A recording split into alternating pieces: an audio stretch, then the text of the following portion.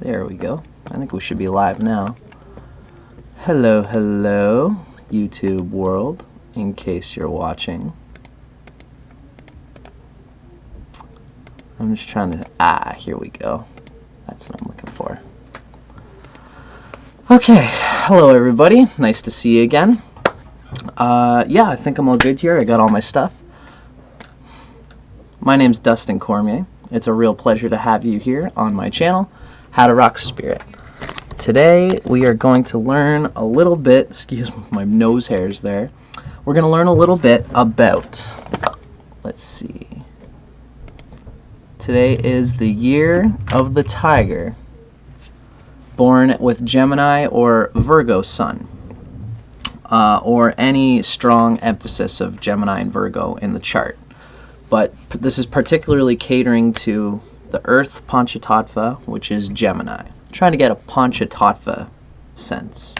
The Pancha Tattvas is a pentagram of elements that rests on top of the 4 elements in Western astrology. These qualities come through, you know, that's why I like to say, do you ever notice that there's more to the qualities of the Western sun signs than just their elements and their modality? That's the, you know, Scorpio's a water sign, Cancer's a water sign, but Scorpio's the fixed water sign. Cancer is the cardinal water sign. You know, so these modalities really do, in a deep way, make up what the signs are. But there's more to the signs than just those qualities.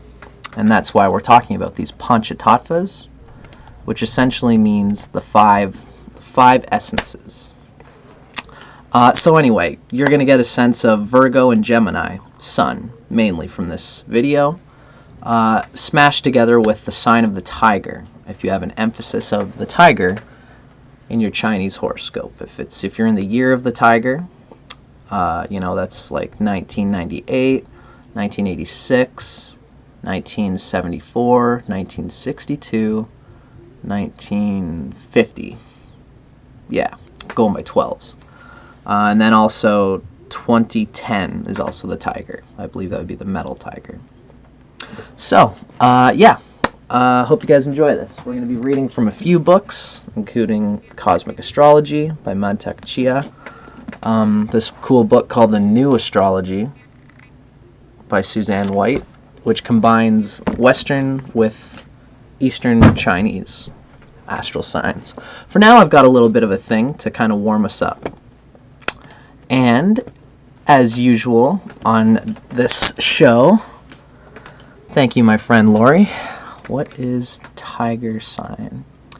I believe that, okay, so I should say, this show is welcome to all to add some points, ask some questions. I'll see them in our YouTube channel comment box here, and I'll do what I can to answer them. And if I get any really big honkers of a question, we might save them to the end. I'm going to go by feel, but feel free to make any comment you like. I believe my friend Lori is asking what the tiger sign is, and the tiger sign comes from Chinese astrology specifically. Thanks for watching, Lori. Chinese astrology is a different, it doesn't really go by the planets. Although the Chinese elements are said to have attributions, they're symbolically connected to certain planets.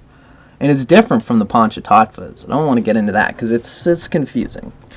But there is a 5-element system in the Chinese, and the animal of today, the tiger, has Chinese elements in it, and we're going to talk about how that reflects on the consciousness of a Gemini and a Virgo. As I always like to say, you know, astrology is a many-sided thing. These are 2 different astrological dimensions that are, they're 2 different neurospheres in the human body. They're 2 different psychological spheres, and they overlap, and they interweave is a better word. That's why what I'm trying to do with these videos is to find where there's what's called a confluence between the Western signs and the Chinese signs, where Gemini and Virgo are similar to the tiger. We're going to talk about it, and it makes you more Gemini or more Virgo in certain ways. But also, you know, tiger has its own, it beats to its own drum. What I'm also considering is that if you're into the Chinese thing and you're in the tiger and you think, oh, how does Gemini and Virgo reflect on my lunar Chinese personality? Both of these are why we're making this video today, to talk about how both dimensions are in a dialogue, a synchronous dialogue that makes up the one person that you are, because they're not dual. You're not a tiger looking through the eyes of a Virgo. You're not a Virgo looking through the eyes of the tiger. You are a singular consciousness expressing both all at once. We're trying to get the sattvic look on this combination. So feel free to make a comment. Oh, what is the year sign? Oh, thank you, Goosey. I believe my friend Lori's asking, what is the year sign? And it has to do with, in Chinese astrology, thank you for asking, Lori. In Chinese astrology, the moon goes through 12 cycles of the new moon every year. We call them months, lunar months, as opposed to the months of the sun. And every time on the 12th, or, you know, it's a 12-month cycle. And then on the new moon of the new year, that's when the Chinese New Year starts. And that reflects on your personality as a piece of a pattern and a piece of a bigger pattern, according to the Chinese. If you, in the same way that the planets coming through the signs all represent something, when you are born on a certain year, your subconscious rings to a certain tune, beats to a certain drum, according to the year that you're born. And all of the planets of astrology are going to be interwoven with the tones and themes of your Chinese animal sign. They're going to combine together. Lori, since you're asking, I've got a little thing prepared because thank you for asking, Lori. I always like to show the consciousness of the person who we are learning from. My name's Dustin Cormier. I'm a Leo rising, Scorpio sun, Sagittarius moon. I'm born in the year of the goat. It's 1991, so it's the metal goat. I also like to say, when you really get into Chinese astrology, you'll find that there's a year sign, a month sign, and a day sign. And each of them has their own elements, whatever. The most important one in Chinese astrology is the day, stem, and branch. The day that you're born and the element associated with it. So I'm the horse. I'm this frilly, spritzy, blah! I kind of live by my heart. And, you know, my heart talking with people is something that I deeply lean on in my business, in my career, with astrology and with YouTube and with all these things. But my main element is water, which is cool because water and fire are at an angle to each other. So I like to think the water in me makes me chill, makes me love to study. As crazy as the horse is, I like to think that the water kind of finds its own funny sort of balance in my neurological personality. Because the Chinese are very much, Chinese astrology is like in the nerves, I find.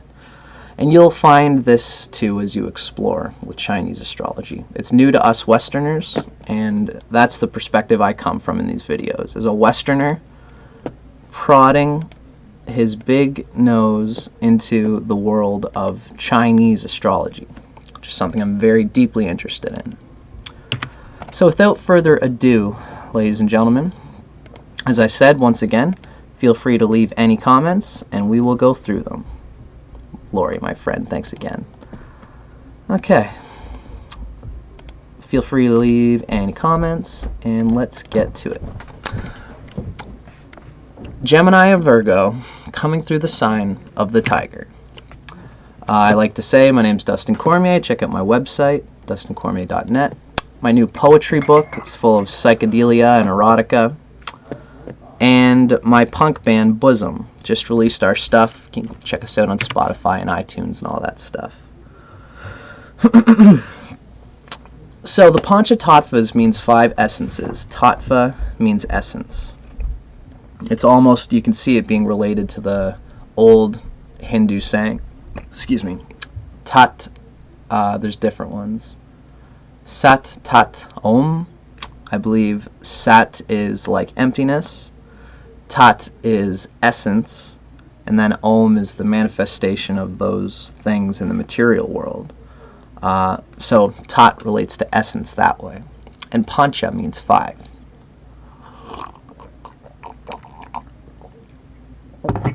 Now, I mean, the 5, they relate to the senses, certain orientations of certain signs, brings out a certain sense more.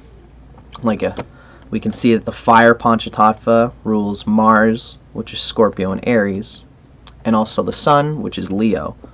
So if you have an emphasis of Scorpio, Aries, or Leo, they say that, I believe it's connected to the eyes. And so you can see things in your internal vision, and you act on your vision more than your slow analytical senses. That's just an example. Today we're going to be, I guess I should say, I always like to make a point that when someone talks about, for example, Gemini and Virgo, they consider it as just a sort of isolated thing. What do we know about Gemini and Virgo? We know it's a virgin, Virgo the virgin, who's holding the sheaf of wheat, and we ascribe all these qualities coming from the symbol. But of course, the symbol itself comes from the meta-geometry of Mercury in relation to the other planets, and in relation to the other signs, and in relation to the evolution of the soul when you consider the signs in their linear order. Part of Mercury's orientation in the cosmos of the human energy field is this pentagram orientation that we're going to talk about today as the Pancha Tattvas. We can see here that Mercury being the Earth, it's at an angle to water. Water tends to generate Earth, or to feed Earth. And Earth also provides a foundation for Jupiter and the ether. So these are the kind of things that we are going to talk about today. How Mercury and Gemini and Virgo relate to these. But it's essentially, it's a sun sign reading of Gemini and Virgo with the tiger. Now, I'm going to leave this here. I wonder if you guys are following me good. You guys can feel free to pause this, read down to it, because this is an important point when you talk about any planetary orientation in a chart, or when you're reading cookbook examples of what a sign is supposed to be. We're going to read a lot about what Gemini and Virgo are in their positive manifestation, according to the Vedic idea of the Pancha Tattvas. We're going to talk about Gemini and Virgo in their natural state, when they're expressing bliss, so to say. And you have to know if you are that. So how do you know if your Mercury is expressing naturally? Well, you would check out the prosperity of the house that it's in. That's a big key factor. You would check, for example, if someone has Mercury in Sagittarius. I got Mercury in Sagittarius. That says something. The relationship between Mercury and Jupiter says something. Now we've got Mercury's relationships here. Jupiter's neutral to Mercury, so that does okay for my Mercury. But you've also got to consider, like my Mercury is conjunct the moon. And according to the Lajatadhyavashtas, which is a powerful technique in Vedic astrology, the moon sucks out Mercury's energy and starves Mercury. So if I was a Virgo sun and my Mercury was starved by the moon, my Mercury, I would read all about what like the Earth Pancha Tattva and the nature of Mercury. I would have to consider that my sun sign is a bit stilted. It's a bit handicapped. There's a bit of resistance to me as a Virgo sun in that instance, because the moon is draining my Mercury. Now, there's lots of ways of figuring out whether a planet is healthy or not, including especially Shadbala. Consider its Shadbala strength, any planets, any malefic planets associated with it, as well as planets, malefic planets, resting in the sign which Mercury rules. That'd be Virgo or Gemini. If you've got Saturn in Virgo or Saturn in Gemini, that's a malefic there, and you'll have to learn the way of Mercury relating to that house before you can use your Mercury, in a perfect way. Ultimately, Saturn and Mercury are good friends, so that wouldn't be too bad a thing. These are just the kind of things that you got to consider when we're talking about Mercury and its sign. So feel free to pause this page, just give it a look, see what makes a planet healthy is where I'm getting all this stuff from. This comes from, essentially, this is coming from Ryan Kirksack's book, The Art and Science of Vedic Astrology, Volume 1 and also Volume 2. Those are great books, and that's where I get my information from. In fact, I feel like I should show them just to... It's this guy here. I take a lot from Ryan Kirksack's Tropical Vedic Astrology, and that's where I get these ideas from. So just consider this when you're reading about the Virgo sun. It has a certain nature it wants to do, and if your Mercury is having trouble expressing that, your sun is therefore also going to have trouble expressing itself. Because as a Gemini or a Virgo sun, your sun nature depends on the health of the planet that rules your sun's sign. But, it's important for us to note that even someone with a very difficult Mercury, a difficult sun, with the sun in like the 8th house or the 6th house in a evil house, so-called, even if all the odds are stacked against this particular planet, you've probably got other planets that could help you balance out the nature of the sun. That's usually what everyone has. And no matter where it is, just know that, every flower is the most beautiful flower to the consciousness, to the great consciousness of everything. And just because you've got a challenge in your chart doesn't mean it's bad. In fact, there are probably plenty of enlightened spiritual sages who have cleaned out most of their gunk karma, and now they can say to themselves, geez, I wish I was dealing with something simple like having Mercury debilitated in, I don't know, what's Mercury debilitated in? I think Mercury is debilitated in Pisces, actually, because it's exalted in Virgo in its own sign. Blech. Anyway, you've got a problem at, an enlightened sage would wish that they had a challenge with their Virgo, and that's all they had to worry about. Every part of the spiritual journey counts, even whatever you find yourself embroiled in. That's a fun topic that you can always feel free to ask me about. It's a funny thing when you hear or see that you've got something going on in your chart that causes difficulty, and you think, oh geez, no one else has a problem with their sun or whatever, but you've probably got more gifts in your chart than you know. If you're alive on Earth, it means that there's some gift that's keeping you alive, and all you got to do is take that gift and balance everything else in your chart. Now, since this is primarily, is everybody with me here? Every now and then I like to press this button to make sure that I'm connected with you guys. Since this is a sun sign reading, we have to consider the sun's relationship to Gemini and Virgo. Now, thankfully, Mercury is neutral to the sun, which means that if you've got the sun in Gemini or Virgo, it's not a great thing and it's not a terrible thing. It's neutral, and that's a great place to be. People tend to have difficulties expressing the sun through Capricorn, Aquarius, Taurus, or Libra. Now, this means that your sun has an okay place at least in regards to its sign, its Rashi. But if your sun is with a malefic, you know, if you've got like Mars conjunct the sun in Virgo, there's a whole bunch of fun problems associated with that.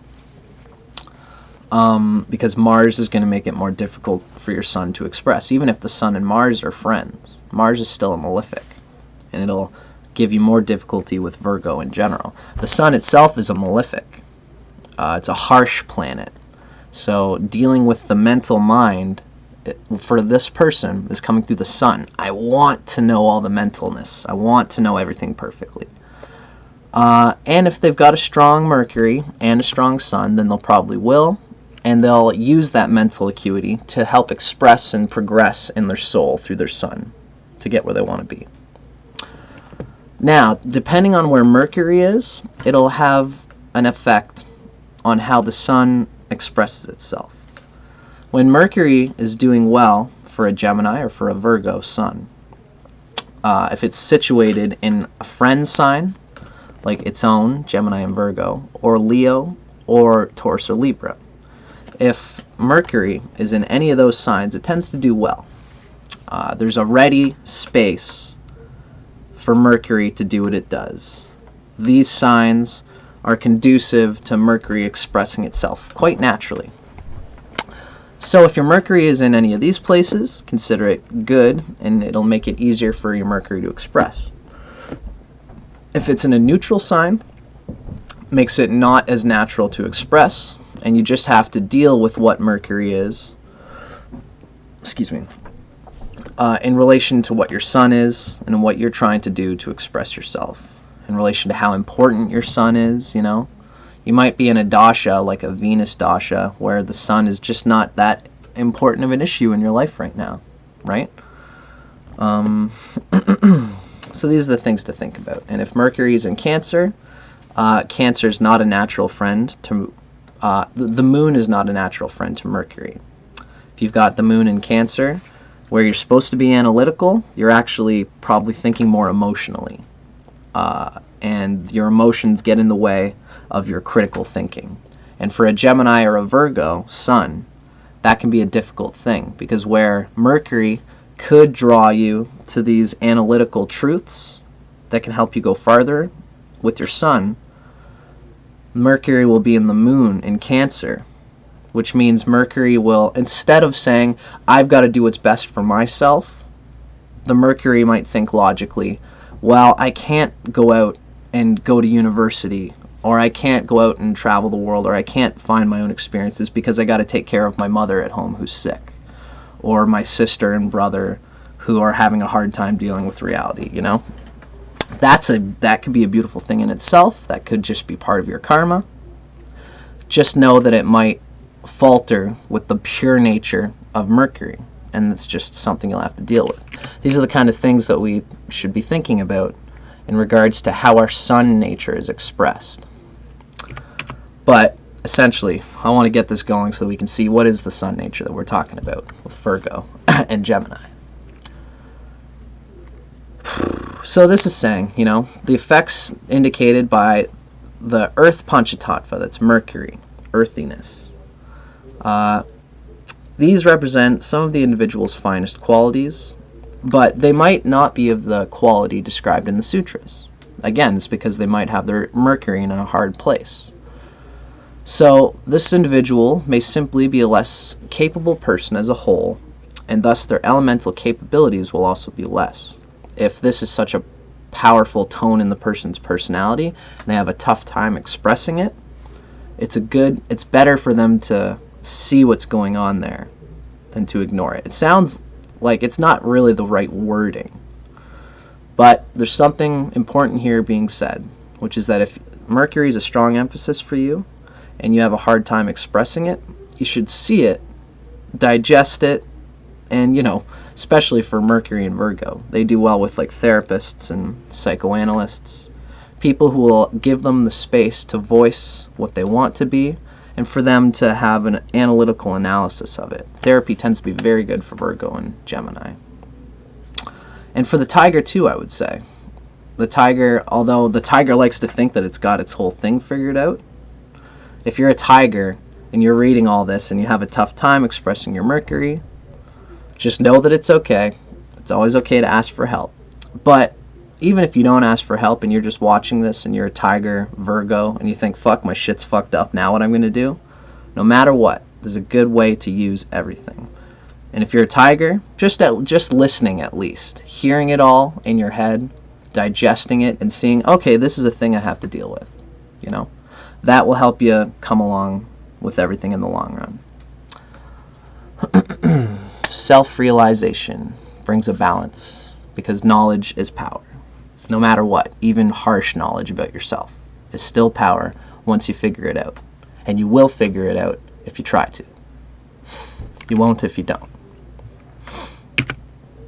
So anyway, folks, hope I'm not blabbering too much here. I'm getting better at describing these things to the audience live as it comes along. And I hope it's doing well.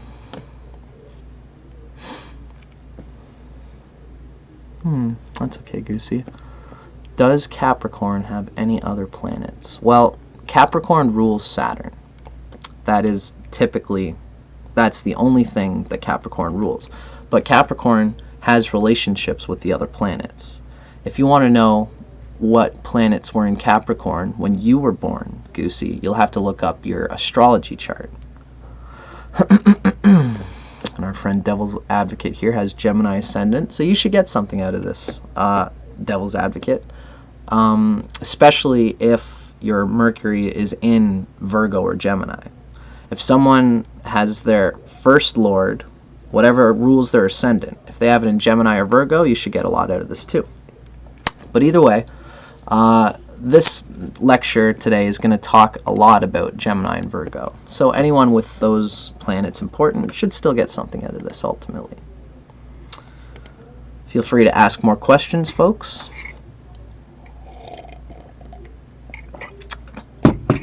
Now, this is the qualities ascribed to the Earth Pancha Tattva, according to Ernst Wilhelm in his Graha Sutras, which is all sutras. They come from, I believe, Brihat Parashara, Horashastra, regarding the nature of the 5 planets. Well, the 7 planets, including the sun and the moon.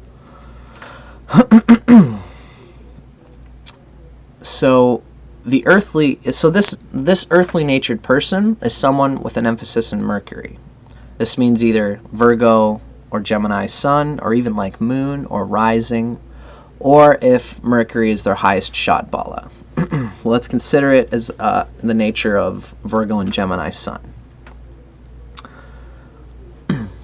The earthly natured person is well endowed with camphorous and lotus smells. One who enjoys, firmly happy, strong and patient with a lion's roar. This is explaining more the nature of Mercury than anything, without regard to the sun. Now, the sun has a certain relationship with Virgo and Gemini that might alter this pure Mercury nature. That's what I'm trying to get at with this sutra, or what Parashara is trying to get at. Now, the individual with the earth element dominating, that's the pure essence of Mercury, is secure and grounded, and thus they enjoy operating in the world, which they do competently and with little stress. These individuals more easily see the world in a healthy and proper perspective and are thus happy. Their outlook borders on the spiritual, or is fully spiritual, and that's why they're said to have the smell of 2 spiritually symbolic substances, camphor and lotus. Mercury representing Earth, the earthly natured person. Anyone with a heavy emphasis of Mercury tends to be earthly wise, tends to know what things are for, and tends to integrate all the pieces of the psyche into one practical vision of life on Earth. Now, this is only just one planet, and you've got to balance them all with the other planets, but this is what an emphasized Mercury person is said to express. They bring a spirituality into Earth. It's like they bring the Vishnu, now, present moment consciousness into Earth. because they're looking on Earth, and every planet has the capacity to be purely part of the all spirit essence. Since they have an emphasis on Earth, Mercury-centered people are more inclined than anybody else to know that Earth is just as sacred as any of the subliminal motions that make Earth move. Earth is the reflector of all the spiritual essences that move through people, all the planetary essences that move through people. Mercury is the end bit of it, and it's also the integrator, being the material world. It's the place where all of the planets are integrated, and it's a planet in itself. So Mercury people see the spirit in the material, and they can deal with that well. The force of Earth is unalterable, and thus produces strength to move mountains, as well as patience to perform any task. It's Mercury. Earth-dominated individuals have a lion's roar, which refers to the fact that which they say is important and generally acknowledged. The listener will usually have regrets if what this Earth individual has to say is not acknowledged. The timid or shy Earth-dominated individuals may not speak much, but when they do, their words will prove important. And I believe that's what this strong and patient with a lion's roar means. So that they don't feel like Mars does, that they have to be looked at as an important person. They don't need to be looked at as a general or a leader, so to say. But they want their words to pack import, and they usually do. Especially if you've got Mercury as your highest Shadbala planet. So that's where this lion's roar comes from. It comes from the fact that what they say has the importance and the urgency of a lion, even though the lion's more connected to Leo and the sun. Everyone perceives their comments to have the urgency of a lion, because Mercury is looking at the ground and saying, no matter how much you're thinking about these cool spiritual acrobatics, or you're thinking about what you might want to do with your business or with your love life, Mercury's looking right at the ground and saying, like, this is what's missing, this is what's going to get fucked up in the future, this is what will fix that and get everything going smoothest. That's 10 to Mercury at its best, has that material world integrating energy at its best.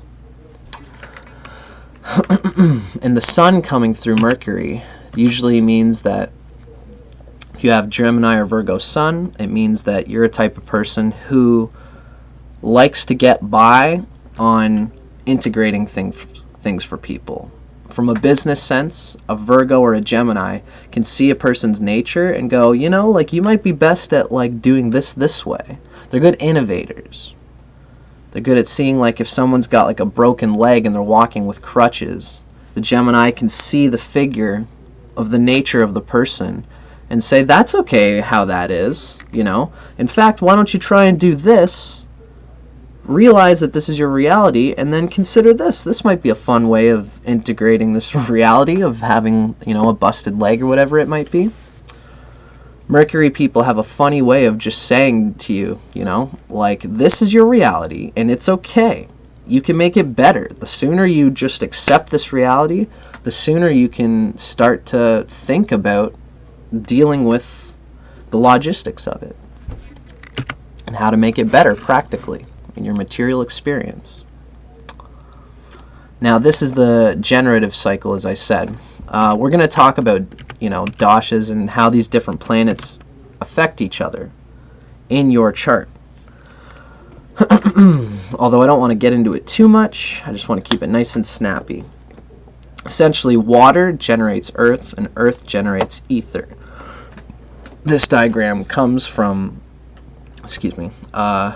this diagram comes from Graha Sutras by Ernst Wilhelm. So this goes to show that you might be a very mercurial-centered person. But if you've got if you're in your Venus dasha right now, then you might have a difficult time fully integrating Mercury, especially if your Mercury is kind of weak, because you're in a Venus period. This is trying to show the temporary nature. When you're reading a sign reading by anyone, and they tell you you've got Virgo Sun or Gemini Sun, or you've got an emphasis of Mercury, and they say Mercury is supposed to be purely analytical and doesn't, it integrates its emotions, and it can often, they say that when you've really strongly Mercury, you tend to really need more emotional affection, or you lose the ability to have emotional affection because you're focusing so hard on the analytical details of things. A Gemini and Virgo can be so focused on practical realities that they lose the human sense of what's meaningful, what's deeply satisfying to the person and the soul. So if you're in a Venus dasha and you're this very Mercury-centered person, Venus might be telling you that it's very good that you're doing your Mercury thing, but you need to feel satisfied. You need to feel like there's more to life than just fortifying your finances and mentally making your material world perfect. That's what Venus is going to try to tell you. Venus makes one satisfied so that the senses are not perturbed. This empowers Mercury to be more organized and efficient. So if you've got this Mercury emphasis, if you're a Virgo or a Gemini, just know that you, Earth, you Mercury, you need Venus's innovative logic and sensitive human affections to modulate your infrastructure through. This bet generally means if you've got more love in your life, you'll be more accommodating for the nature of love in your business pursuits. You might be more caring to your employees. You might have a deeper sense of what makes humans tick, and you will be able to go in your analytical, whatever it is you do in your sun, in your life, in your career, you'll be able to do it much better if you have some Venus, if you have some romance, not just romance, but like leisure, friends, doing things just for the aesthetic beauty of it and not just for the logic of it. The need for Mercury to establish security and accomplish concrete goals, that's Mercury's thing. This is curbed by Venus's capacity to feel satiated and satisfied. Or else, if all you were just pure Mercury, pure Gemini, pure Virgo, then one could live constantly attempting to accomplish something that is not really necessary. Really think about the nature of that in terms of a Mercury emphasis. If all of your world is just trying to get the figures and facts figured out, it might be nice to consider that there might be more satisfying accomplishments, more meaningful accomplishments than just crunching the numbers and analyzing your life perfectly. And that involves, your Venus and whatever your Venus is. If you have a strong Venus in your chart and you've got an emphasis on Mercury, that's a great blessing because you are standing on the thing which will take you farther. But you got to have everything in balance, Consider that Mercury, Earth, is what Jupiter stands on. So, if you've got all this emphasis of Mercury and you come into like a Jupiter period, Jupiter might force you to be less, to spend less time. I'm talking about if you come into a Jupiter dasha period, or if Jupiter is transiting your natal Mercury, or is in an angle to it, or just think about in general how the nature of Mercury is not perfect. This earthy, seeing the spirit in the material, paying attention to practical, logical, mental, analytical figures and affairs. That's organization, and that's efficiency, and that's constant having an axe to grind. That's Mercury. That is a stepladder for Jupiter. Jupiter needs that organization because Jupiter's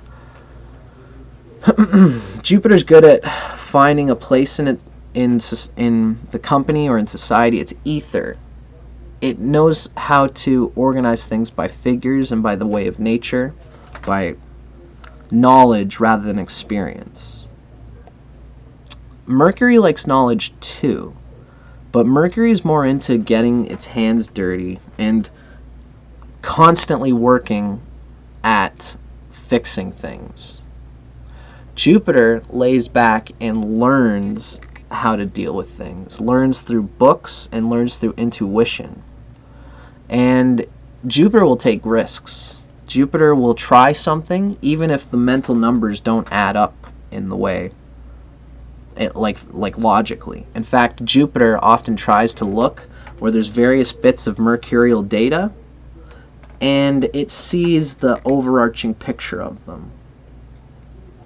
Where if you're a Mercury and all you can do is just go into this piece, go into this tunnel, go into this tunnel, and you come back and you bring the essence of all of them, Jupiter is supposed to take all those little essences and innovate and take the Mercury person farther. Now, if you go digging so deep into one tunnel just because of your curiosity and you have no Jupiter, no book knowledge, no faith that there's something bigger, Jupiter should afford a faith and a feeling that there's some metaphysical connection to the various fields that Mercury might go and research. And if you're just Mercury and you just go and you want to climb and only stick in one field, it might take you far. But just have a sense of Jupiter, knowing that there's ways of integrating all the little bits of analytical data that you experience in your neurological experience, which Virgo and Gemini love to do. They're often carpenters, they're often like tradespeople. They're often, salespeople and people who want to actually go and do the thing. So keep an eye out for Jupiter dashas because they can really bring you a lot. Jupiter's idealism and book knowledge finds answers and opportunities grounded by experience and your Mercury's hands-on knowledge. Whatever you get hands-on knowledge of through your Mercury, allow Jupiter to take you further than just your hands-on knowledge. Meet people, gamble with meeting people, and see where these different things can take you. So that's just something to consider in terms of Jupiter dashas. The Jupiter dasha might force you to look outside of the usual way of being that Mercury takes you through. In any case, this was to give us more of a sense of the Pancha Tattvas. Now, the Sun is your mission in life. It's the solar center whose energy powers your chart. So the Sun in active signs I'm considering like fire and air, they're more proactive and outgoing towards their Pancha Tattva, this being the Earth Pancha Tattva. So Gemini is more active, being an air sign. It's more active than Virgo. Of course, you got to dig what exactly that means.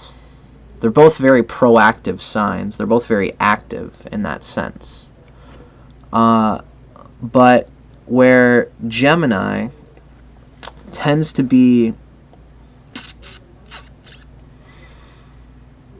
since it's an air sign,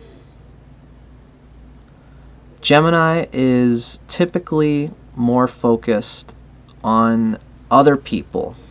It's a bit more communicative. It reads the data of others in order to figure out what it's got to do for itself. And it's more mental than sensational or feeling. Virgo is the one who goes and gets its hands dirty most of all. Gemini gets its hands dirty in conversation. Gemini's curiosity is much more willing to bounce through different projects and experiences, but Gemini will poke with its curiosity and see what lies underneath its own experience. Whereas Virgo, the whole time, while everyone else is talking, Virgo is seeing for itself what happens when you hold the hammer at this angle for 5 tries, and you go bang, bang, bang, and you smack your fingers every time, and you say, ah, damn, maybe I'm going to try it this way. And Virgo is trying all these different ways of holding the nail and hitting it with the hammer itself. Tap, tap, tap, and then eventually it gets it right.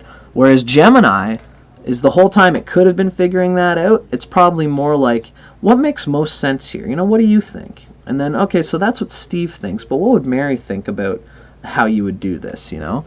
They're both pitted to the same thing, which is getting fortifying knowledge about their practical reality and how it can take them farther. They just do it in different ways, through different arenas and through different vibes. Now, hopefully, folks, you guys have been watching, and that has been... Hello, friends. Hopefully you guys are enjoying watching this. Feel free to make any comments that you like, and I will try to answer them promptly. We've just talked a lot about Virgo and Gemini, how it comes through in general, how Mercury is in general, and how the sun sign comes through the pure essence of Mercury, the Pancha Tattva of Mercury. Hello, my friend Creepy Kitten. Yeah, Goosey, Capricorn and Aquarius can get along. They're a little bit too much of their same nature, typically, but they're good. They're both earth and air, which can typically, in my experience, do well, although there's differences. But they're both ruled by Saturn. Depending on the other things in the chart, Goosey, that's how you know if that kind of pairing will do really well. If their Venus is in a good angle, excuse me, I got burps today, blah. If their Venuses are in good angles to each other, if their moons and their suns are in harmonious angles to each other, that's the kind of thing that would let you know about that particular mix-up.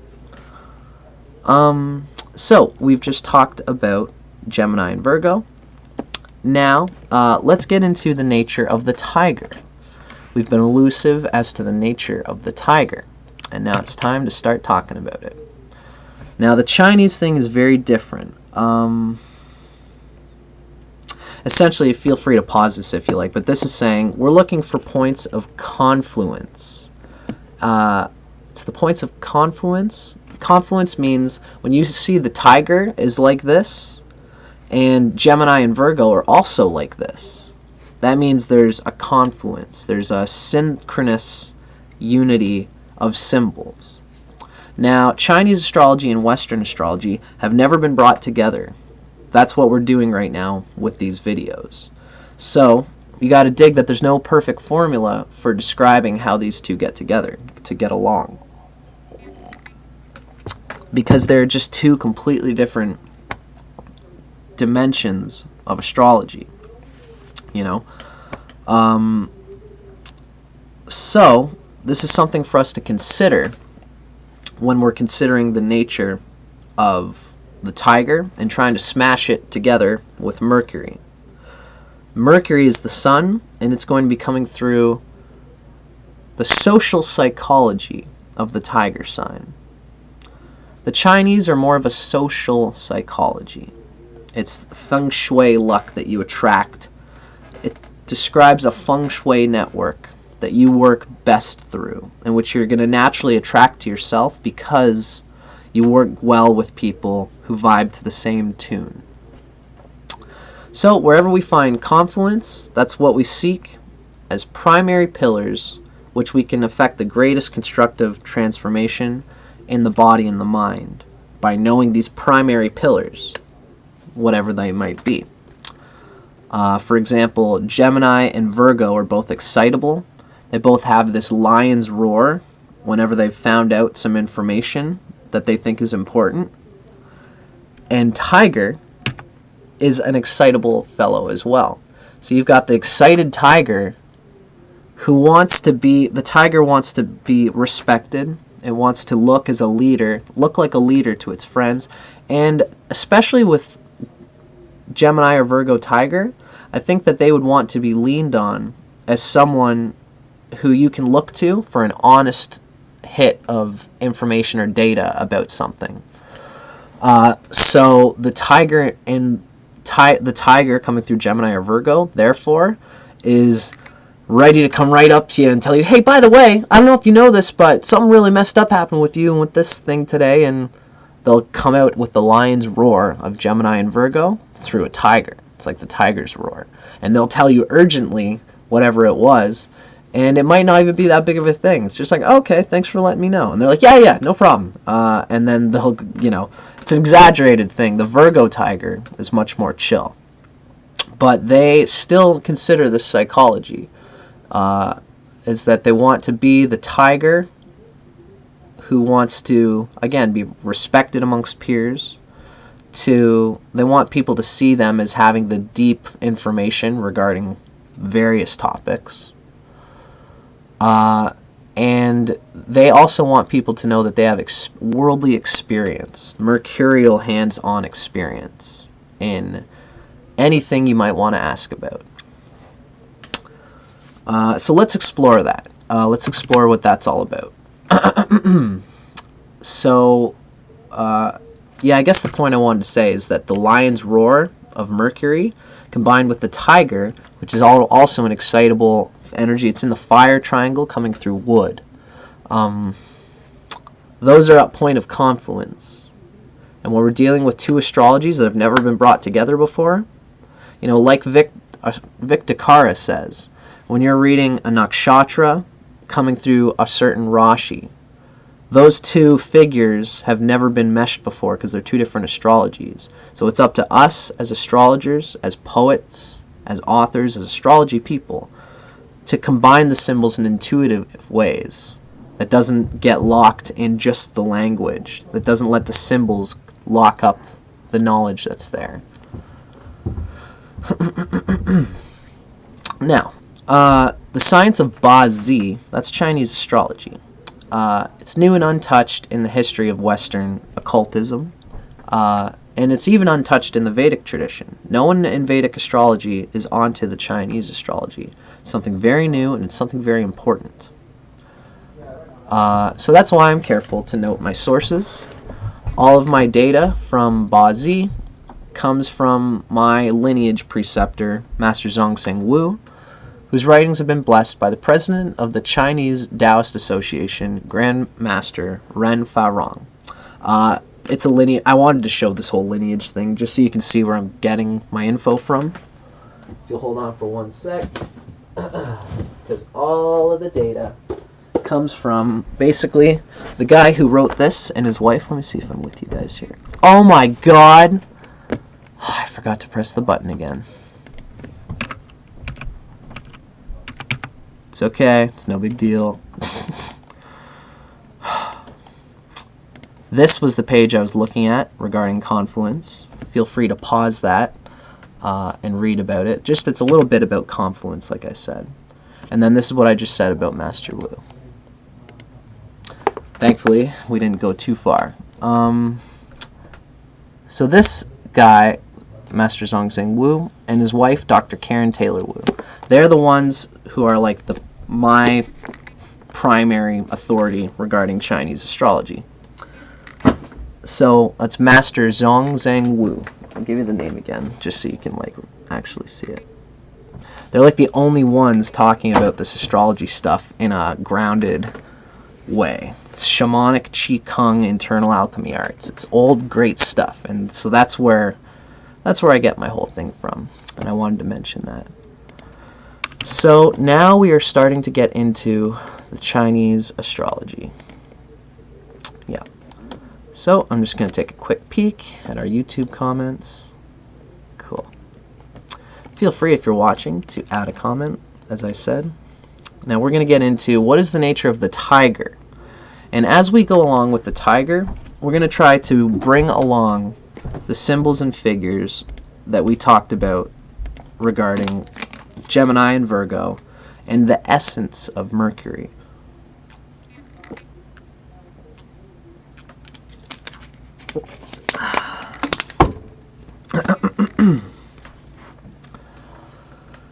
Okay. So, these describe the attributes that the sign of the tiger brings aesthetically to its relationships in love and business. As I said, it's a social psychology regarding the Chinese sign. So we're going to see the sign of the tiger. We're going to go through all these, right? Here we're talking about the sign of the tiger, called yin. It's the idealist in the Chinese. That's one figure that's given to the tiger usually. Now it's an odd sign, and we're going to talk about what that means, as well as these hidden stems as we come along. So, there's different ways of describing the animal signs in the relation to the other animals. For example, there's the ascending and descending chi. So tiger is part of the ascending part of the year, where energy is coming from the liver up to the heart, and it's a vitalizing, excitable energy. All of the animals have the capacity to be excitable. The tiger tends to be one who it's easy to ask him to help out with things without him getting too attached, but also fully attached in each little moment. But ultimately, they're more interested in being hopeful and optimistic than they are about... They can be practical, they can be intuitive, but they try to keep their practicalness and their logic within a feeling of optimism and of heart, as opposed to like virtue. You know, tiger is wood, east is opposite metal in the west. Metal's more about virtue and discipline and being tough, and sometimes you just got to be tough. Wood says, what do I have to do to make it so that we can all make things easy, so things don't have to be tough? And when they're tough, we'll deal with it, because tiger's a tough mother. Tiger's a tough mother. But ultimately, they're inclined to keep things hopeful, and to keep things burning, and to keep things pushing upwards into new realities, new ways of thinking and being. They tend to be very hopeful. Sometimes too hopeful in a lot of ways. They are not just on the yang this side, they're also odd yang. They're also a fixed sign in the wood energy. And that's a lot of fixed wood. This is a lot of wood. Tiger's got a lot of this wood optimism coming through. It's one of the yang signs, which means they're just full of buoyant, masculine, macho, expressed energy that loves to sharpen its sword against the yang energy of other people. It gets excited and says things. Usually the yang types are the ones who are like, this is my thought. The yin people are the ones who are quiet, who don't say anything right away, but who are slowly digesting things and can add their own strong things in their own way after they've gotten a bit of data. Tiger's more one to push out the data right now, and this is our data, and what are we going to do with it? I'm just showing you guys a few aspects of the nature of the tiger, because when we talk about the tiger, it's nice to know what makes them what they are. Now the modality, this is kind of like fixed, mutable, and cardinal, just like we have in Western astrology. Tiger is energetically a fixed sign. It's energetic yang, which means yang in the sense of the energy body means it's fixed, it's enduring, it's constantly putting itself into whatever it is that it's doing. And it tends to like having one totem, one solid piece of itself, a self-identity, even a career identity that people in its surrounding social institutions know is Tiger's thing. Tiger is the big one at that particular field of life, whatever that might be. Now that coming through Gemini and Virgo, that might be like a lot of different things, because Mercury is such a funny, expansive energy that goes by its own curiosity. Usually how I would say this is that Tiger will find what it wants to do in its life probably pretty quick. It'll probably involve helping people. It might involve social things. It might involve like psychology, or, you know, a counselor, or there are plenty of carpenters who are like this, and generally they like to help people out.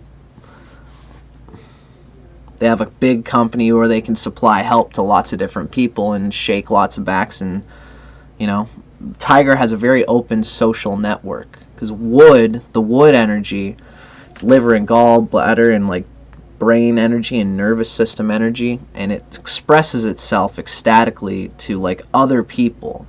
It's always looking for other people. Wood is like that. Wood likes to bring other people to its network. As we're going to see, eventually that comes through the fire triangle of the tiger, which means that its network connections come together, and then the fire triangle, it likes to be buoyantly, expansively expressive with its innovative ideas. When it brings all these people together through the wood, the fire comes out with its heart and says, okay, good, now that you're all here supporting me, let me talk about these cool ideas that I have. And usually it goes well, because the wood of the tiger collecting friends supports the fire of the dragon's heart, expressing to other people. This would come through Gemini and Virgo for the tiger.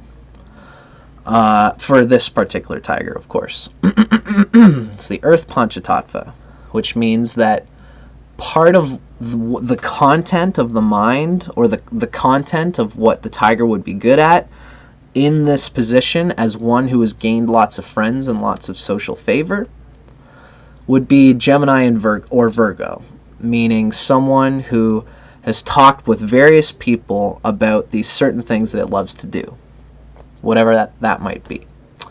I think of, like books, literature regarding Mercury. Might know a thing or two about stocks or about business and industries close to what's happening in the world around it. It's probably looking at the big picture where the world is concerned and the globe is concerned. And it's Geminian or Virgoan interests. In the Gemini sense, Gemini tiger gains all this social favor and expresses its fiery heart buoyantly through Gemini, which might say, it might be about the company that it's in, or it might say social interdynamics in Gemini's regard, kind of. Gemini tiger can be funnily pushy in a sort of way, pushing everyone to just be brutally honest about the social dynamics that are going on. If there's sexual tension between one person and another, the Gemini tiger is just going to be like, well, like they're going to find subtle, almost like quasi-kinky ways of just expressing the energy that's coming through there, and everyone's going to be like, okay, I know what you're getting at, Gemini tiger, but calm down before PR gets called, or HR, or someone calls like sexual whatever, Though tiger will be good at subtly moving these things around mentally, these emotional dynamics. Gemini tiger specifically, they just got to make sure that the lion's roar doesn't scare anybody or make them seem like they're trying too hard to push the issue. Sometimes Gemini tiger can see those sorts of sensual tensions between people. Maybe two people are like angry with each other, and the Gemini tiger will see it and be like, wow, look at that, and talk about it, and then it'll make it worse. The Virgo tiger, on the other hand, would probably be the same thing. Garners lots of social connections, makes sure lots of people love them and lots of people can rely on them for their experience, and probably more fitted to one particular field. A Virgo tiger, as a carpenter, has probably gotten itself involved in lots of different institutions, lots of different carpenter, they know the difference between the union and like this capitalist venture and this one and this one. They probably have felt experience in all these various fields close to its home, close to where it's always been, because that's something tiger loves. Being in this yang side of things, these people on the ascending chi dynamic, the bottom parts tend to be frozen, and so they're frozen in their land. They're frozen where they are, and they try to mentally see, oh, this is where I am without moving their legs so much. This is where I've always been, and how do I make what's right here now work best, right? It's usually the metal and water people on this side that tend to come along and inform the group of things going on outside of the reality that's here. So Gemini and Virgo Tiger know a whole hell of a lot about the world very closely surrounding the home or the business or the area around the business, more than what's going on in other places. Unless they go to those other places, they can be wanderers and they can think, I gotta uproot myself and find a new place. But once they go to a new place, they find out everything about it. They find out everything about every little nook and corner, every business venture, every cool flashy thing. That's what Tiger does in general, but Gemini and Virgo have the mercurial sense of learning all the practical the hot things in town, right? Now again, we're looking at basically the same thing. Tiger, fixed tiger. Tiger's energetic body is fixed wood. And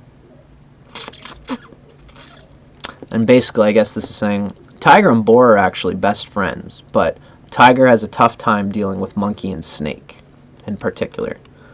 Just something to keep in mind.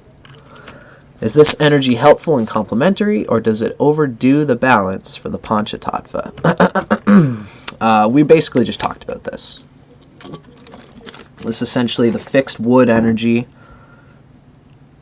Yeah, it does. I'd say it does help Mercury in general. And you'll read as we come along, you'll note that all the books generally agree that Gemini Tiger is positively strong, is strong and buoyant like the wind. Because Tiger does its best when it's kind of got its claws out and digging fully into something.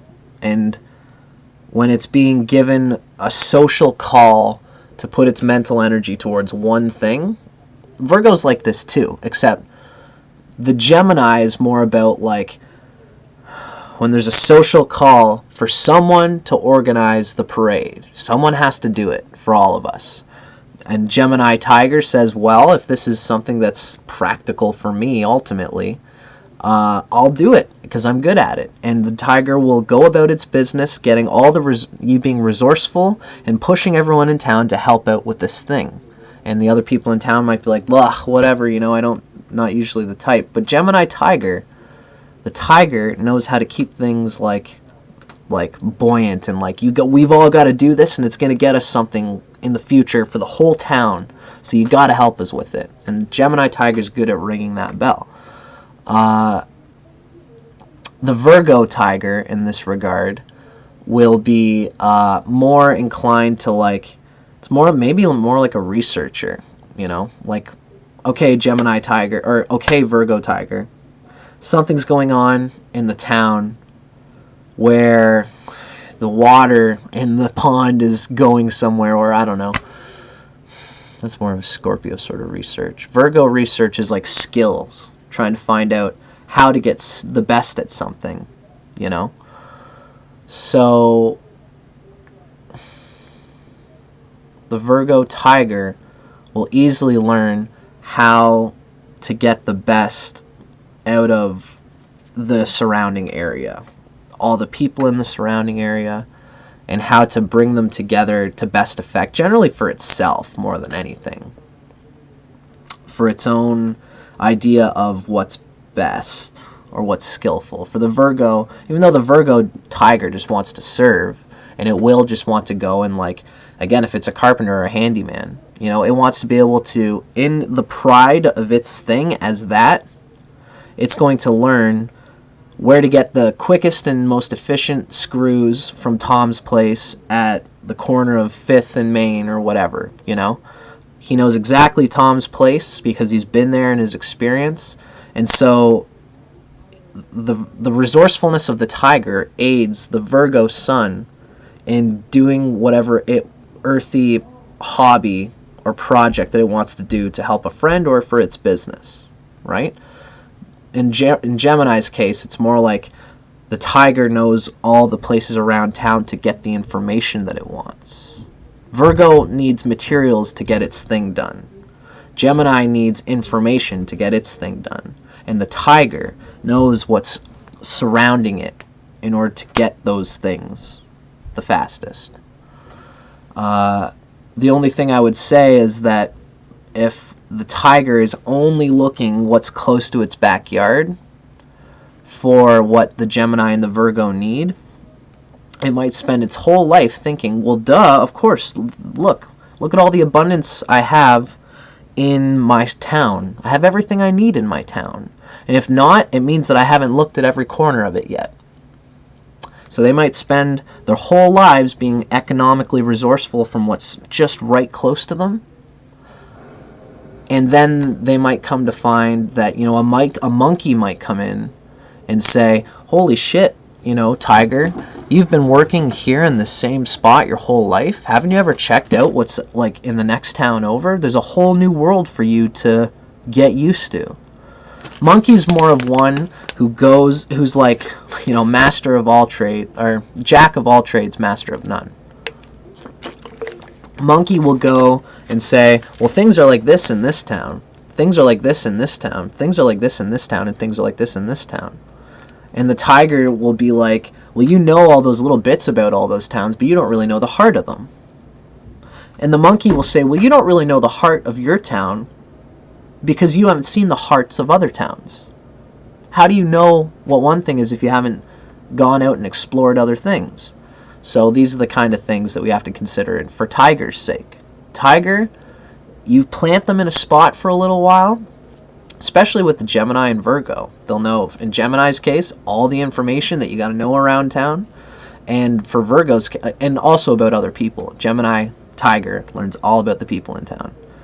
The Virgo will learn about how all the people in town can help them in their personal journey to serve whatever it is that they're doing. It's not selfish, of course.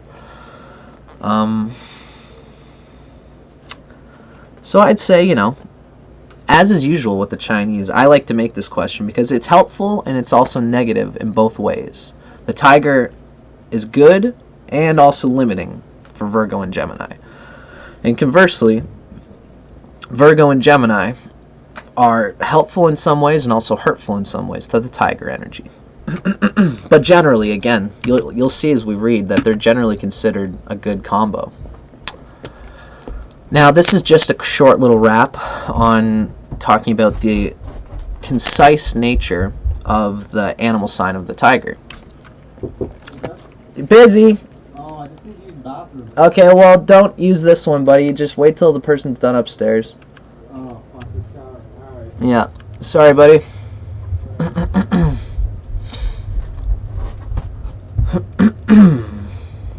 Sorry about that. Now, the hidden stems of the tiger. So this is essentially just the basic nature of the tiger. It's got yang wood because it's the fixed wood sign on the wood animals. Now it's easy to explain the Bing, which is yang fire, because the tiger's in the fire harmony triad, and that's something we're about to talk about. Sometimes the animals have hidden stems that are confusing. The tiger has wood in it, earth. That's yang earth here. And that is really just because it's one of the fixed signs. All four of the fixed signs have extra earth energy, except I believe for the boar. The boar is just pure water and wood. Now, once you get more into Chinese astrology, these things are useful. We don't necessarily need to know them. The main two we need to know about is that tiger is in the wood part of the cycle, and it's in the fire triangle. And that's the sign of the ox. So now we're going to come into our element triad. Okay, so we can see the triads here. Before we get into the triad, I just want to see if anyone has any questions about what we've talked about so far.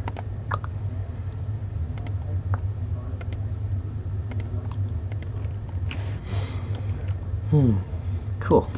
Some good basic astrology books. Goosey, I think the best one.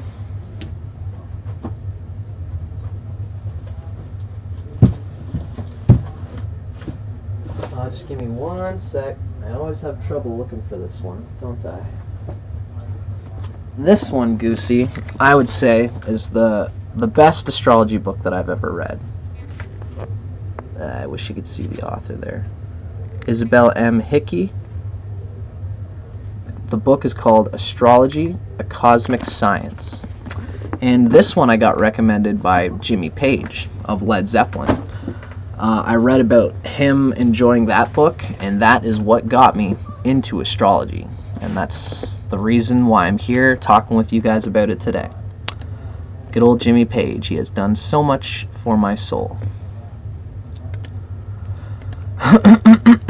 Now you guys can see me. Okay. So now we're going to talk about the triangle of the tiger.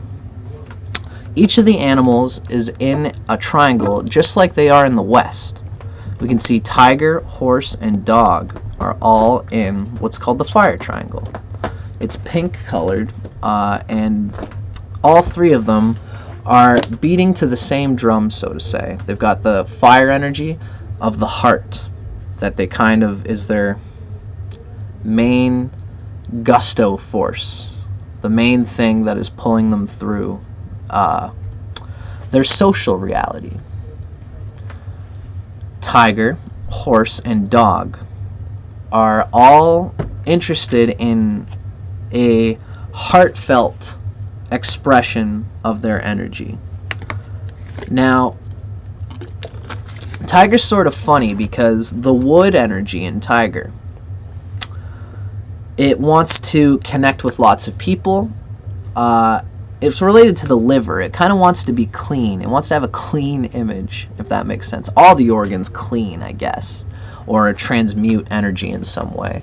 I believe that the liver, coming from the kidneys, is particularly like a cleaner and a storehouse of like a certain type of energy. So the wood in the wood tiger, or the wood in the tiger, is an executive energy. It's a networking energy. It desires to draw people together, and that's part of what makes the tiger strong, is that it knows how to garner support. Now, what does it do once it has gained this executive support from people?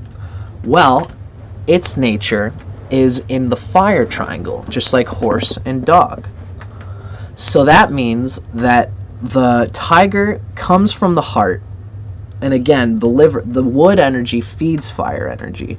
So the being loved, here's my cat. Hey, mister. The wood energy of the tiger feeds the fire triangle energy of the tiger. So the tiger, it tends to, this is my little tiger right here. The tiger ultimately comes from a heart vibe, and it likes to, it's like a martial energy. It's kind of a bit of a warrior energy. So you can see that they can be cocky. You can see that they're, you know, this is what we're going to do for our company or our group, and we're going to do it, and I'm going to be a part of it. You know, that's very much the tiger, the fire energy coming through the support garnered by the wood of the tiger.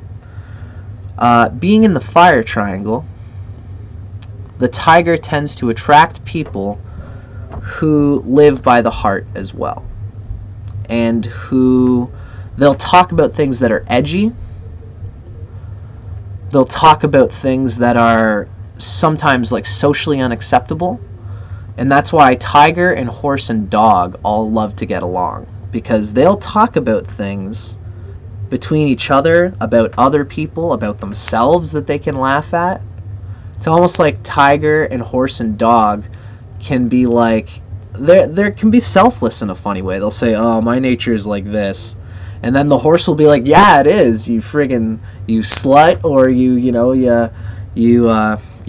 bum or something like that. And then the tiger will be like, yeah, well, at least I'm not a slut like you are in this way. You know, whatever. They can make fun of themselves and each other. It's the funny thing about the tiger with this heart energy is that it can be selfless. It recognizes its own thing. Although they do have egos.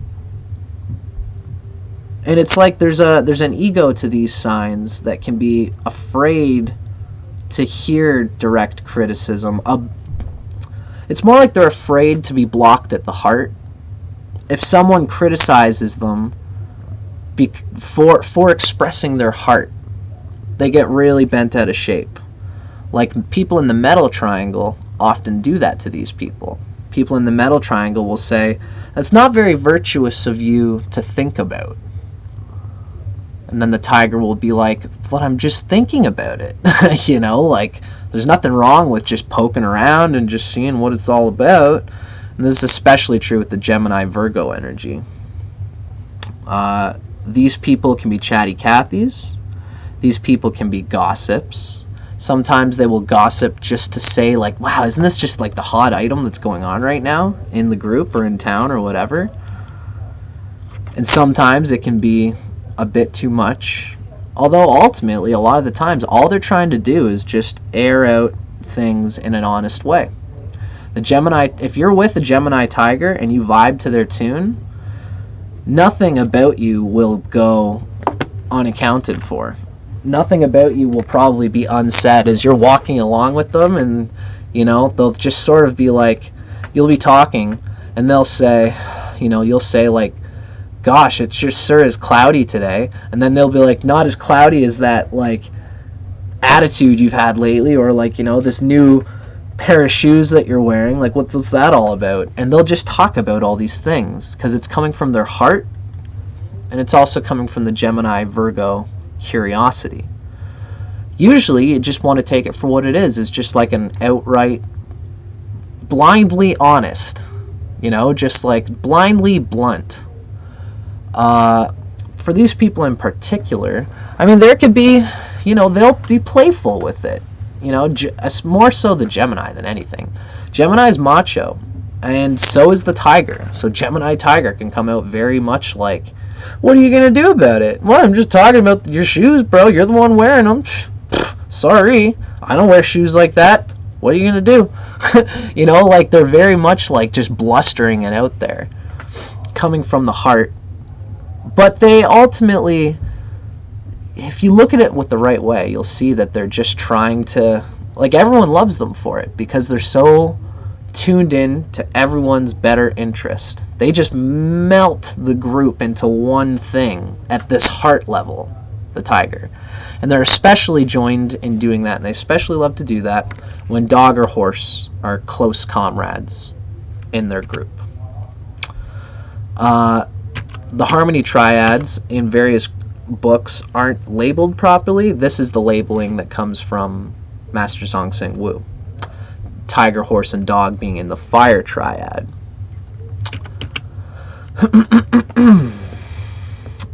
So the harmony triads. So the partners in your shared harmony triad, as well as your secret allies, represent people who are psychically building the same kind of feng shui social network that you are. So they harmonize well with you. In our case, this is the dog, the horse, and the tiger, the 3rd, 11th, and 7th, right? The shared enjoyment of mutual space brings out the luck and cosmic swing of the relationship. In this case, when tiger and dog and horse are working together, they'll all have a warrior spirit. They'll all be socially concerned. All three of these people are social shakers and movers. They tend to see the big spiritual picture of things. It's like they have a sense that no matter how different people are, they can all come together and work best for the greater social situation. That tends to be their attitude, for better or worse. Sometimes they'll say, you know, there's no reason why this social group shouldn't work well with this social group.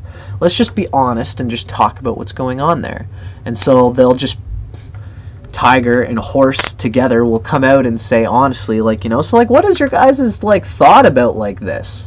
And the other people might just be like, I don't know, this is how we think about it. And they'll say, well, we're all in this together, so, like, don't you guys think that that's messed up that it does this? And it's just the way these guys are. They'll just break boundaries like that by talking about it. Sometimes they're fire, you know, so sometimes they'll, like, burn down the boundaries in a weird way. Sometimes they'll try to bring groups together that aren't actually, they don't work as well together. You know, rat and horse are opposite, and so are tiger and monkey. Monkey is more like, no, these opposite groups are better with them being opposite, because then there's a competition and then they're different, you know, and we can divide and become different and conquer. Whereas tiger tries to melt them all together in a singular sense of the greater collective communal group. And you need both of those things, you know. So that's why the Chinese groupings tell us that these differences in animal signs and triangles can be very important. So the harmony triads are like really the big picture of the animal sign. Being one of the protectors, being in the protector's triangle, is very much a deep sense of what the tiger vibe is all about. And the protector means like a universal sense of a protector, you know? The tiger will try to have a feeling again like everyone can fit in the tiger's big bear hug group circle of friends and comrades. Usually that's how they roll. And within this big circle, how they deal with trying to keep everything together is through Mercury, through Gemini and Virgo, through this spontaneous capacity to be outspoken, or through this capacity to see how everyone's useful. In the Virgoan way, be quietly come to this person and say, you know, you work very well in our group because of this, and it works well with this person, and we would love for you to do this. Like Virgo Tiger gets everybody mixing up their materials and working together. So it's a protector vibe, very much, coming through Gemini and Virgo in this case. So let's talk about the protectors, the fire triad. Is everyone with me? Yeah. The third triangle of affinity is composed of the 3rd, 7th, and 11th branches, also known as tiger, horse, and dog. The protectors are fiery, emotional, and their subjective types, being in the fire triad. Guided by compassion, the tiger and these guys, they seek to serve humanity and promote understanding. They can be impulsive, self-appointed defenders of justice and morals in the world. Although they are extreme extroverts and unselfish by nature, they can also be unorthodox in their approach and views. These individuals are often aggressive and defiant when challenged. True to their beliefs and conscience, they react emotionally and have volatile tempers, especially so for neurotic Virgo and Gemini. When something is going wrong or when they have to deliver a message, it can be very urgent coming through the tiger. Occupiers of the fire triad are most likely to be militant and passionate in defense of their causes, and they will not hesitate to act independently to attain their objectives and protect their rights, especially if they identify with a group thing. Now this just says to consider all this in context of Gemini and Virgo, right? These people will tend to be considering whatever it is that their big group that they're identifying with. The Gemini and Virgo tend to express their sense, their own 2 cents of that group. You know, maybe Gemini is more like interested in talking about socio-sexual concerns. You know, a Gemini tiger might be very much a person who has a good voice for bisexuality or the LGBT community or anything that's taboo sexually or taboo in any regard. You know, if the tiger sees a sense of where there's no violence or when there's, you know, like a righteousness in the curiosity of the mind of those people, that could be a group that Gemini Tiger deeply agrees with and relates with. Virgo Tiger might be more of an underdog. Their group might be more of, like, for example, the Native American, the oppression of the Native Americans in the Americas by the people, the white people who have come from Europe and taken over and conquered the land. The Virgo Tiger might just think about that and just say, like, you know, that there's a historical bias that is, like, messed up here, and they might fight for the rights of those people even when the whole world is, like, going against them. So this is the nature of this fire triad, is that the tiger especially, when you first meet them, they might seem like they have a lot of bluster, and that they won't, as soon as you talk about these issues that are so dear to them, they just are like, this is how it is, and you have no idea the oppression that these people feel. And, you know, they, as movable as they are to true conscience, when you sit down and once they get out all the bluster, you'll start to see the tones of why they're holding on to these circles that they want to protect. That's very much where this consciousness comes from. So basically, they are sociable and democratic. That's what these people are in essence, especially, again, the Gemini and Virgo. They will be most certainly amenable to reason. Just, you know, you got to dig that both of them will probably have a whole long winding catalog of their own personal research in regard to what you're talking about, and you've got to deal with that whenever you're talking to them.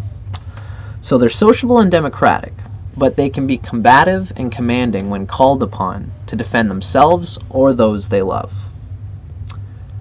Selfless, protective, and above all, loyal. This staunch group will not retreat from a fight or stand silently by and endure injustice. They're reputed for their courage, but are also known to be rebellious and obstinate when they are negative.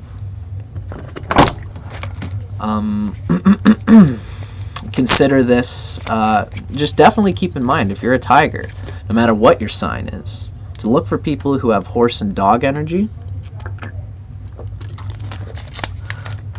because they will listen and sympathize with the greater circle that you're talking about. And they will be able to talk with you, especially if you're a tiger, and you've got this circle here that makes you unable to talk to anybody unless they sympathize with your thing. A horse might come along and say, my friend, and put his hand on your heart and say, my friend, my brother, I'm with you on the journey that you're trying to protect, and the circle you're trying to protect. You must understand that you are being so obstinate and so negative about listening to that circle that you are also bruising another circle, which I feel you would think is also important to your cause. And as soon as you say that to the tiger, they go, oh, okay, you know, like, and then the tiger and the horse can sympathize with each other because everyone in the fire triangle listens. They're coming from the heart energy. And they, if you want to express your own heart energy, you also have to support other people as they express theirs. And the people in this triangle know that. So that's why horse or dog will listen to tiger's view and woes, and they'll sit and they'll digest the whole thing. And once tiger gets it out and goes blah, and gets the whole thing out, the dog will be there to listening through the whole thing. And the dog will be probably jotting out points and saying, okay, now you said this, and you got to understand that this is contradictory to this, and it's messing up your whole thing. This is also contradictory to this, but I love you for it. That's what the dog and horse would say to each other. My brother, I am with you, understand, for all things beautiful and true and free. This is where we should both see a different angle of these things, you know? So that's my point, is that these three can help each other a lot. Ah, Lynxer, you suck right now. I'm just gonna let my cat out. Come on, Lynx. Come on, fella. You come out, mister. You're bugging the shit out of me. Nope.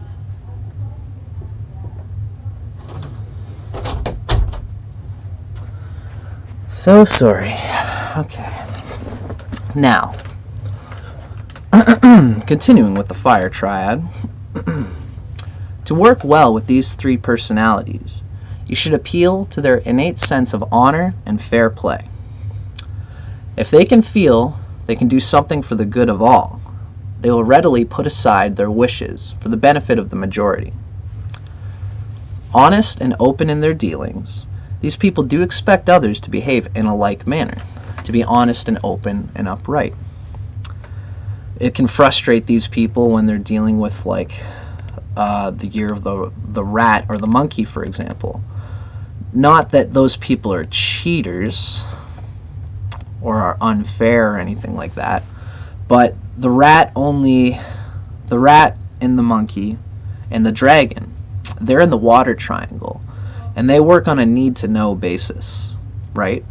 So tiger might get deeply frustrated when monkey is holding information about a particular group because that particular group needs to move something around.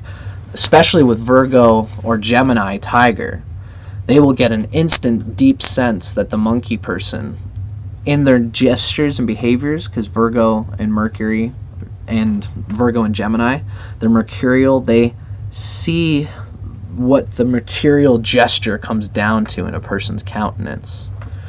So Tiger has this whole rigmarole to bring us all together because we all need to come together. And Monkey has a secret plan to keep their groups separated in a certain way because maybe the monkey's right and there doesn't need to be a big unionization type vibe or something like that.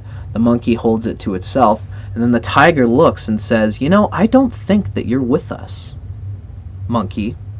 I think that you're holding something. Like, what is it that you're holding from? Why aren't you being open and honest with your dealings? And then monkey will say, I am, or something, and monkey will just outrightly, I don't want to generalize like this. Monkeys aren't always apt to be liars for no reason, but there's a point to it. The point is that just because Tiger is so idealistic, so loyal, and so just bang, here's what I'm thinking, I have no reason to lie to you, here's what's happening with me right now all the time. Why can't you be like that? It works well for Tiger, but it doesn't necessarily work well for everybody. And not everyone wants to deal with things that way. But if you are working with a tiger or a horse or a dog, keep in mind that it'll help you if you vibe to the same tune that they do. And if you're honest in your dealings and this sort of thing. The occupants of the fire triangle believe in personal contact. So if you like to develop strong bonds with any of them, it would be wise to meet them on a one-to-one basis and have a heart-to-heart talk. This way, this is what I was talking about. This way they can look you in the eye and make up their minds immediately whether they like you or not. Guided by their emotions, they can assess a situation accurately by instinct, and more often than not, excuse me, their first impressions are correct. Because the fire people are going by the heart. They sense the heart of the other people, and the heart doesn't generally change, although it does, but they can see if someone's living by their heart rather than their minds or something. And the heart is what carries a project through. So that's why this says they can feel by instinct where the hearts of the people are in a group, and it generally tends to be accurate and deeply knowledgeable about how this group of people is going to come out in the future. So the protectors, the fire triad, these people are most likely to have magnetic and colorful personalities that are attractive to the public at large, and consequently they get projected into the limelight of the stage, cinema, or politics. Tiger is definitely an entertainer, and so is Gemini deeply. Gemini Tiger is a particularly, it's an interesting character, a very sparkling character. But again, sometimes they're a bit too much of it. I like to think that Virgo can have just as much skill as Gemini. It's just in a quiet way. Sometimes that quietness undermines the skill that that Virgo has. Sometimes Virgo's quietness undermines the skill that Virgo has. But sometimes it's for the better. Sometimes it's just so beautifully modest, especially coming through the tiger, although again, the tiger likes to show off. So the tiger Virgo will probably make a spot for themselves to kind of show off and say, well, everyone's got this thing, and I got this little thing. You might be cool. You might dig it, and then everyone comes on stage, and it's like, okay, let's see Tiger Virgo do their thing. And then they get up there, and they're like, yeah, okay, so everyone's here, so this is just my little thing, it's not too much. And then they come out, and they fully, or bang, it's this full thing, because the Virgo has been putting so much meticulous effort, building up so much effort into whatever that thing is, They're just modest about it in general. Whereas Gemini Tiger probably won't stop talking about it. So consider this, the fire triad nature, in regards to the tiger itself, in regards to its two friends that are also in the triangle, and eventually, as you learn more about Chinese astrology, you'll learn that these triads all have different relationships with each other. The fire triad doesn't get along well with the water triad, although they can get a lot from each other mutually. They each can get a lot from each other. Same thing with the fire triad working with the metal triad, even though the fire melts the metal triad. And the fire triad also does wonderfully well with the wood triad, because a lot of them are best friends with each other. In fact, they're all best friends with each other, in a way. This triad, tiger, dog, horse, with the wood triad, that's goat, boar, and rabbit, they work well together, more than the other two. And they're harmonious. But that doesn't mean that we can't get a lot from the triangles that are disharmonious. Chinese astrology tells us that you need to involve yourself with every alchemical dynamic in order to be your strongest, and to keep it all in a flowing, harmonious balance.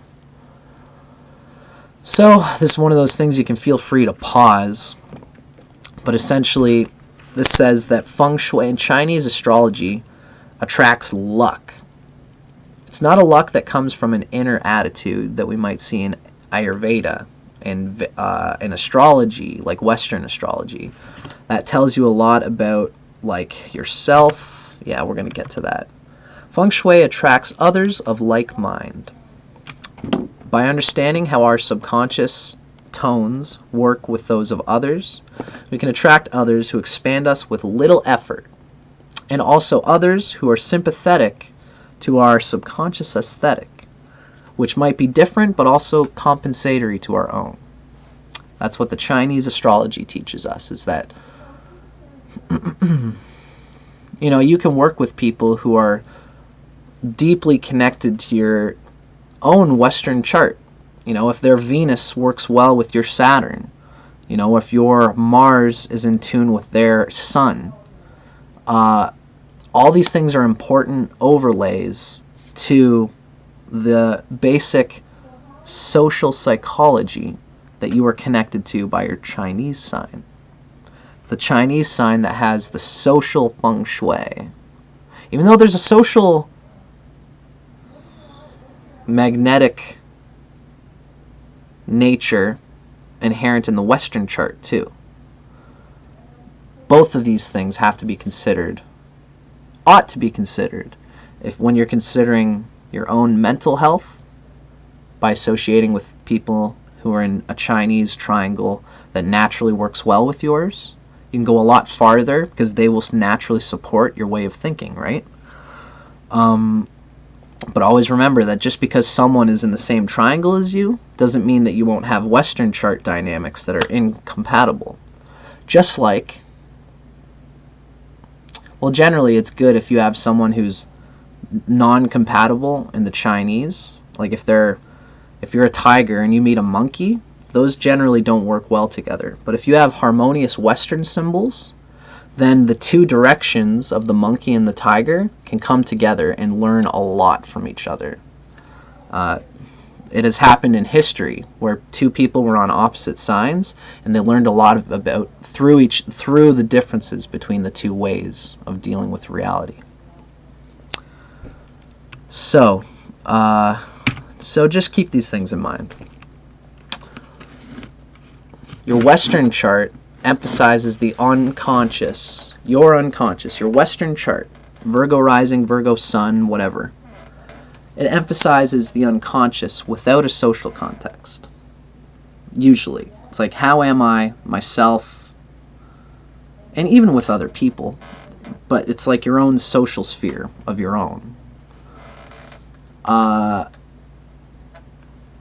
The Chinese astrology, again, is more about, it's less about like how you deal. The Western talks about how you're going to deal no matter what social context you're in.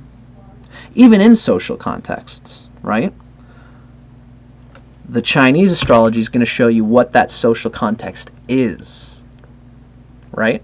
If you're a tiger in the fire triad, you're going to do well grouping up with people socially in a network, and you're going to be in the fire triad, which means you're going to tend to do things from your heart, from your passion, and from a idealistic humanitarian viewpoint. That is the content of your social network. But how are you as a soul going to work within that fire triad? That comes down to your Western astrology. These are the differences that we want to be thinking about and matching together when we're talking about smashing together the Chinese signs with the Western signs. Now, this is a whole dasha thing that's pretty cool. Before we get to that, though, hi everybody. How's it going? I'm just seeing if you guys have any YouTube comments for me. Cool. Okay, very good. Oh, I didn't notice Devil's Advocate said that. Thank you, Devil's Advocate, for saying that I'm eloquent. I feel good about that. Yeah, I have a lot of fun doing these things, guys, so I'm glad you guys are watching. Oh, cool. Today's his birthday. Wow, tell your dad happy birthday, Goosey. That is too cool. Sometimes I see your pops on Instagram and stuff when you're with your dad on Instagram and whatever other stuff that I see you putting out. So tell your dad happy birthday, Goosey. That's too nice. An Aquarius in the year of the monkey. That is super cool. Now, we've just got a little bit to go on this video. Essentially, I'm going to show you guys this big old thing. This is considering the dashas. The reason I do this at the end of every episode is so you know that if you're looking for the nature of Mercury in yourself, if you're a Virgo and a Gemini, the cycles of the planets, and also the dasha periods. The dasha periods are the deepest bit of yourself that you can get from Vedic astrology. In a lot of ways. There's also Gemini dashas. There's a lot to Vedic astrology, but just keep in mind that different periods can affect the nature of your Mercury, being the Earth Pancha Tattva.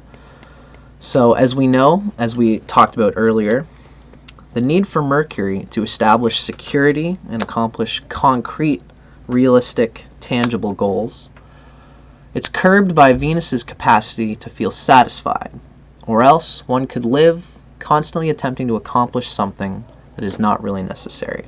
That's why we got to consider, even if Virgo and Gemini, even if Mercury is your main thing and it's really ultimately working for you, I mean, you don't want to fix it if it ain't broken per se. Just always keep in mind that every life is sublimating the balance and harmony of the neurological tones that you program into your consciousness in every moment. So, if you're doing well with Mercury consciousness, it's good. But you could be ultimately doing better if everything is in a balance now and unto eternity. And balance is a funny thing in all astrologies because it's such a many-sided thing. The Panchatattvas are a good way for us to see this particular element of that balance in time, because it's moving. You know, you might have a strong Mercury you know. So if you've got a strong Mercury but a weak Venus, if your Venus is in like Aries, or if your Venus is in Virgo, my Venus is debilitated in Virgo. So it's important for me to generally have a good strong Mars, and also a good strong Mercury, because since my Venus is weak, it's easy for me to not care about Mercury, you know. I have Venus strong in other ways, so you got to dig that all these balancing things count. I'm in my Venus dasha right now, and it is helping me to support and to understand and to deal with Mercury in a way that I've always had a strong Mercury, but not the strongest Venus. Since I'm in the Venus dasha period, it's an emphasis on Venus, and it's teaching me to feel satisfied no matter what I do, so that I can go and use my Mercury to best effect without like feeling depressed or feeling like the only thing that this world is good for is accumulating more YouTube videos and more songs and feeling creative, you know. It's very much my consciousness.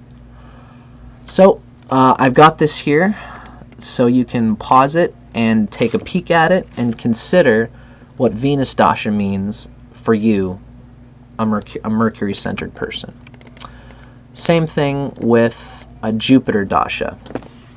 I know we just did talk about it earlier on. This basically goes to say that if Mercury is weak, one will be less able to manage the many details that any accomplishment requires. This disrupts Jupiter, who is unable to focus on a greater purpose, because there are too many loose ends to take care of as a result of Mercury's negligence.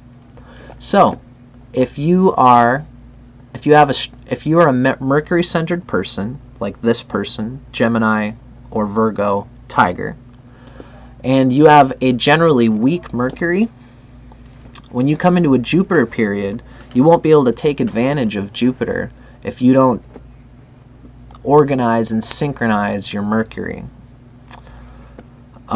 If you are a strongly Jupiter person and you have a weak Mercury, you won't be able to take advantage of Jupiter, because Mercury's little loose ends being tied together, or Mercury tying your loose ends together, getting to the job on time, not forgetting that appointment because you got inspired to do something. That's what Jupiter's all about, you know, taking care of your responsibilities as they come along, having a reputation as one who is fortified and solid in your responsibilities. That's how Mercury does well, especially for Mercury-ruled Tiger, because they love their one spot in the ground. So if you are an irresponsible Mercury person, you're going to deeply love the township, again, the familiar town that you're in. And if everyone in your familiar town knows that you're a bum who doesn't take care of their responsibilities, who doesn't make appointments, who's late, who misses appointments, who can't organize their time properly, all these things are mercurial organization. As a Mercury person, if you're missing all those things, when the opportunity comes from Jupiter for you to take advantage of the reputation you've built up for yourself, it'll come along and say, well, you're obviously not all that well put together, so why should I give you this Jupiter opportunity, right? So these are the kind of things that we have to think about for a Virgo, Gemini, Tiger in its perfect little town. If no one in town is interested in the mercurial efforts that you've put out there, in your skills, in the way that you present yourself in your field, it'll be harder for you to get big opportunities. But if you have a strong Mercury, then once your Jupiter dasha comes in, you might have, this would present opportunities to use your mercurial management skills in a way which is expansive through Jupiter and not merely safe. So that's what Jupiter dasha might bring to you. Feel free to pause this, go through all these points. Yeah, there's Jupiter dasha at the top, and then the end of it at the bottom there. go through it. It's a cool little interesting bit to consider the nature of Mercury through.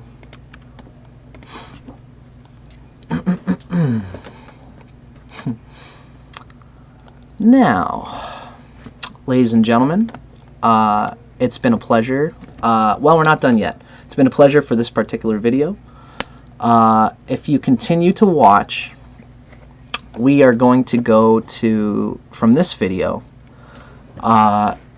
to the next video. The next video we're about to do, I've got to sign off on this one so that YouTube knows that this was one video done. This has been This has been Gemini or Virgo Sun under the sign of the Tiger. A general synopsis given by me, Dustin Cormier, here on How to Rock Spirit. Thank you so much for watching. If you stay tuned, the next video we are going to do is Gemini Sun coming through the year of the Earth, or the year of the Tiger. We've got various books to read the combination of these two symbols from. You're going to check it out in the next video in this series. I keep burping, that's why I'm like getting it out. Hope you guys enjoyed that, and I'll see you on the next video.